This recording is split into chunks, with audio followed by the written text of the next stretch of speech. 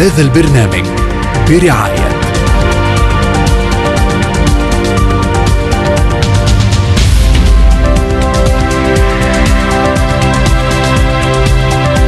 وبنرحب بكم تاني. ومن خلال فعاليات اليوم السنوي لأكاديمية كابتن بيبا بيسعدنا يكون معانا كابتن بوجي، أحد أهم نجوم اسكندرية، سواء كلاعب في نادي الأولمبي أو نادي إنبي أو يعني يعتبر من أهم علامات الكورة في اسكندرية. برحب بك كابتن بوجي ومنور الدنيا.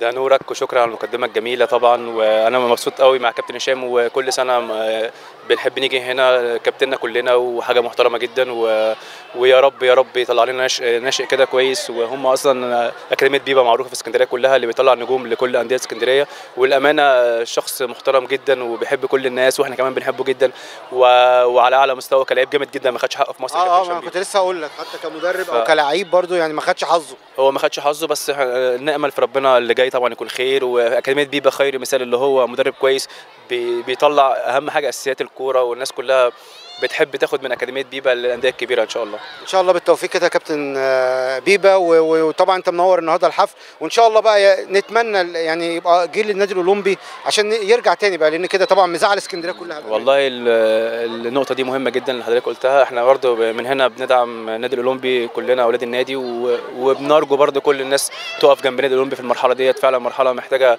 تكاتف، ومحتاجه كل الناس بتحب النادي، والنادي خاصه ابنائه. بالظبط احنا في ورا النادي في كل مكان، ومن هنا بنقول للناس كلها تقف ورا النادي الاولمبي، واحنا اولهم طبعا. ان شاء الله خير في اللي جاي، ان شاء الله ويرجع مكانه الطبيعي. مش هنقول بقى هي عوده، لا المفروض يبقى هو مكانه في الممتاز. بالظبط، هو النادي الاولمبي كده، والمرحله الجايه ان شاء الله يكون في المحترفين الاول، بعد كده يطلع في دوري ممتاز، وان شاء الله الاولمبي قادر يرجع بابنائه وجمهوره اللي بيحبه، والناس كمان المحترمه اللي بتحب النادي الاولمبي. ان شاء الله. ونورتني وشرفتني يا كابتن بوجي، وده كان لقائنا، ويعني بشكرك جدا على وقتك، وكل سنه وانت طيب.